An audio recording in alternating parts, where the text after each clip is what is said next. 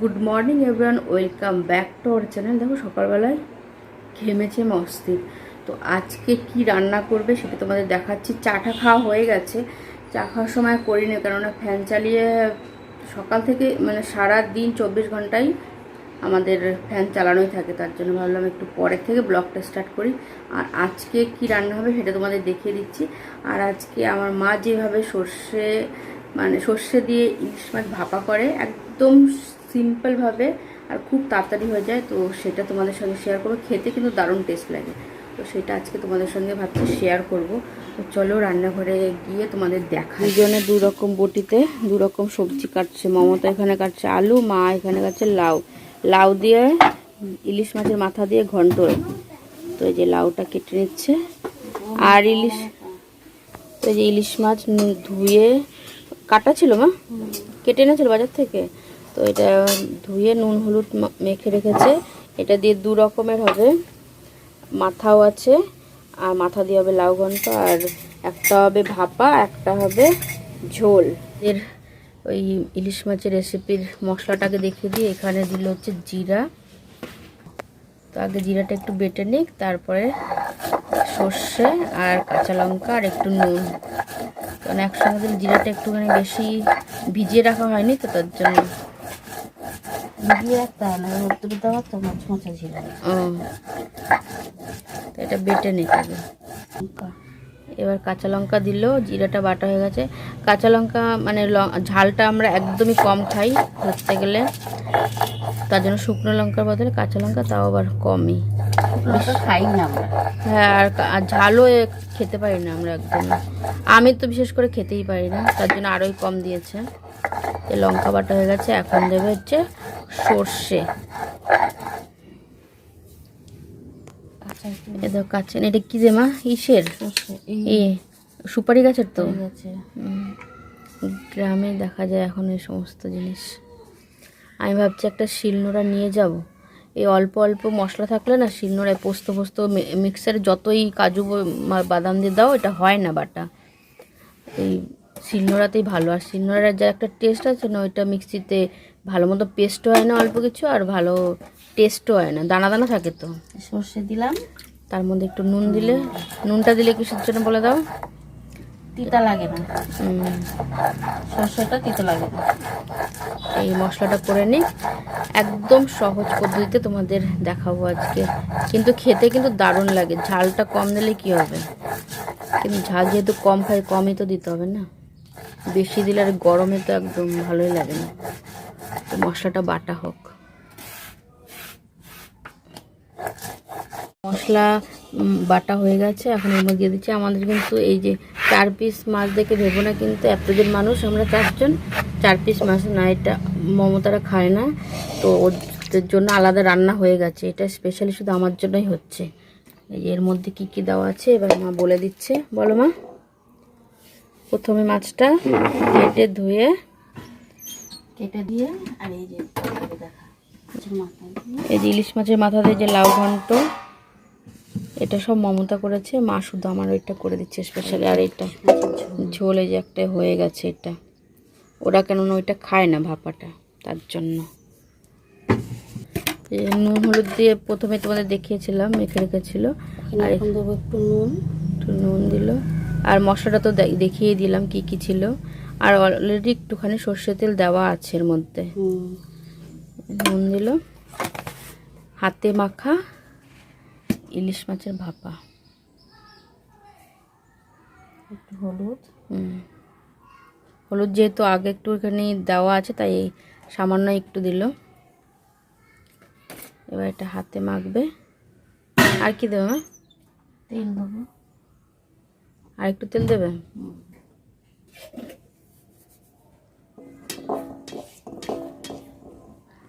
যার একটু তেল দিয়ে দিচ্ছে।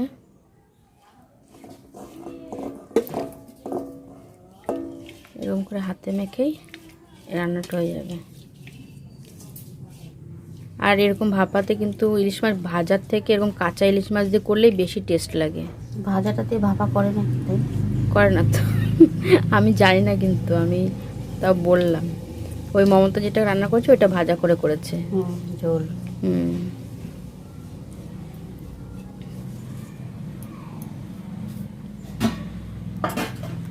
দেখিয়ে দিচ্ছি একটু কাছের থেকে। সামান্য একটু জল দেবে এখন এর মধ্যে, একটু জল, এই যে সামান্য একটু জল দিয়ে দেবে। আর এটা কড়াইয়ের মধ্যে একবারে করছে, কারণ কড়াইটা শুধু এখন বসিয়ে দেবে, হয়ে যাবে। এই যে তারপরে একবার তোমাদের হওয়ার পরে আবার দেখাবো। গ্যাস অন করে দিয়েছি, এখন এটা ঢেকে দাও, ঢাকো। ঢেকে কত মিনিটের জন্য? 10 মিনিটের জন্য, 10 থেকে 15 মিনিটের জন্য। তারপর হওয়ার পর তোমাদের দেখাচ্ছি। কাঁটা তুলে একটু মাছগুলো একটু এপিট ওপিট করে দিচ্ছে। আবার এখন রাখবে 5 মিনিটের মতন, তারপর ডান। তারপর তোমাদের একবার খাওয়ার সময় দেখাচ্ছি, নাকি এখনই দেখাবো? মা হয়ে গেলে দেখো এই যে হয়ে গেছে তো।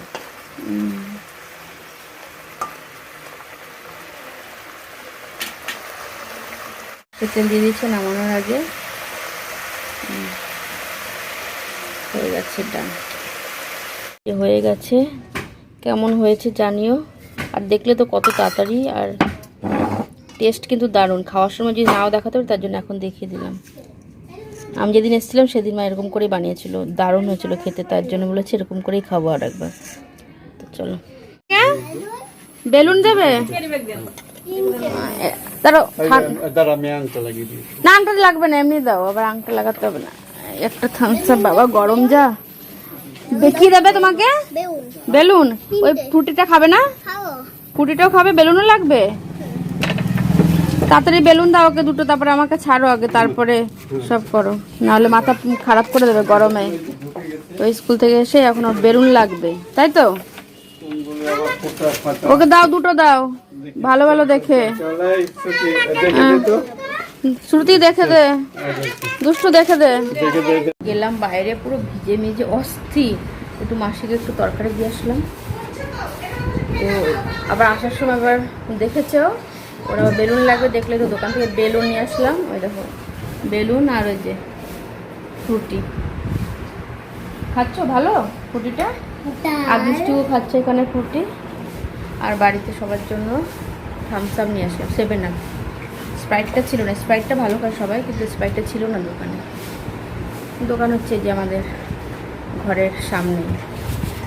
তো চল একটু পরে খাওয়া দাওয়ার সময় আজকাল দেখাবো না, গরমের মধ্যে ভালো লাগছিল না। তো একবার তোমাদের সঙ্গে আবার বিকেলবেলা কন্টিনিউ করবো। আর আজকেও বিকেলবেলা একটু জল ঠল দেখতে যেতে পারি, তো তখন তোমাদের সঙ্গে আবার তোমাদের দেখাবো। ভাই এনেছে যে লাল দই, খাওয়া দাওয়ার পরে এটা এখন খাওয়া হবে। তোল একটা চামচ দিয়ে কাট।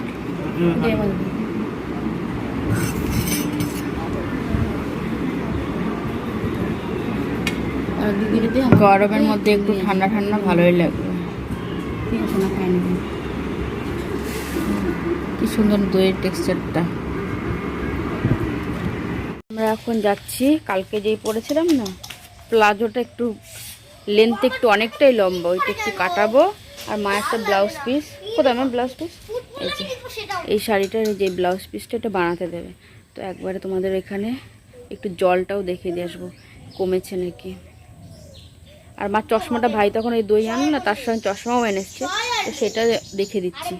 যে পায়েল যে ফ্রেমটা পাঠিয়েছে ওর সঙ্গে বানিয়েছে, ভালো লাগছিল। এটা একটু বড়, আগে কিছু পড়তে একদম সরু সরু, এটা একটু গোল গোল বড়, ভালো লাগছে এখন এটা। ওই দেখো চশমা ওপরে এসছে, মাথা ঘুরালে না বুঝতে পারবি। দিয়ে ঠান্ডা এই যে এই দেখো এই চশমাটা। এখানে আসো। ডুপ্লিকেট মানে নকল। ডুপ্লিকেট মানে নকল, তুমি জানো না শোনো। চলো যাই এবার। কেমন লাগছে চশমাটা জানি কিন্তু। আগেটা ছিল একদম সরু সরু, একদম চোখ বেরিয়ে যেত এরকম করে তাকালে। এই ঘরটা সেদিন সিঁড়িটা 3টে ছিল, আজকে তো কতগুলো সিঁড়ি জেগেছে, 5-6টা। দেখো, আর উপর থেকে অনেকটা জল নেমেছে। এই দোকান বন্ধ তো। ও কোনো তো কটা সিঁড়ি আছে? 1 2 3 4 হ্যাঁ 5 হ্যাঁ 6 হ্যাঁ 7টা সিঁড়ি। একটা ফটো তুলি। হ্যাঁ ওই যে গুগল পে। কতগুলো কতগুলো সিঁড়ি। এখন জলটা অনেকটা কমেছে উপরের এখান থেকে। আর জলটা এখন ওই যে দোকানও খুললো, তো এখন যাই। হ্যাঁ চলো, এই যে মা ডাকছে। ওই দেখো নারকেল গাছ ঝাঁকি দিচ্ছে, নারকেল গাছ থেকে পড়বে, পড়ছে না তো, এই পড়েছে পড়েছে, দেখো দেখো এখানে নারকেল পড়বে, নারকেল নেবে। এই একটা শুকনো একটা পড়েছে, নাও এই যে এটা নাও। চলো, হয়েছে শান্তি, এবার চলো। হ্যাঁ হ্যাঁ, তো সেদিন আইসক্রিম খেতে পারেনি, বলে গেছিলো তো ভাই আজকে আবার এই আইসক্রিম করে নিয়ে আসলো। এই তুমিও দেখাও কেমন কুলফি যে মা খাচ্ছে। মমতা খাওয়া গেছে, মমতাটা মটকা কুলফি মতো ছিলাম। কালকে বানাবো একটু চিলি চিকেন, নিয়ে আসলাম। যে কটা জিনিস পেলাম, একটা দুটো পেলাম না, যে চিলি সসটা পাইনি, বলে যে কালকে সকালে এনে দেবে নাকি। বাজারে গেলে তো সবই আনতে পারতাম একবারে, তো তাও যাই পেয়েছে এখানে তো অনেক বেশি, তাই না দুষ্টু? তো আজকের ভিডিওটা না এখানে শেষ করছি, কালকে আমি বানাবো চিলি চিকেন। তো আজকে ভিডিওটা এখানে শেষ করছি। যদি কিছু ভালো লেগে থাকে তাহলে ছেড়ে যাওয়ার আগে লাইক কমেন্ট শেয়ার আর সাবস্ক্রাইব করে দিও চ্যানেলে। আজকে মতো বাই বাই, গুড নাইট। সন্ধ্যাবেলা গুড নাইট করে দিলাম। দুষ্টু গুড নাইট করবি? Good night.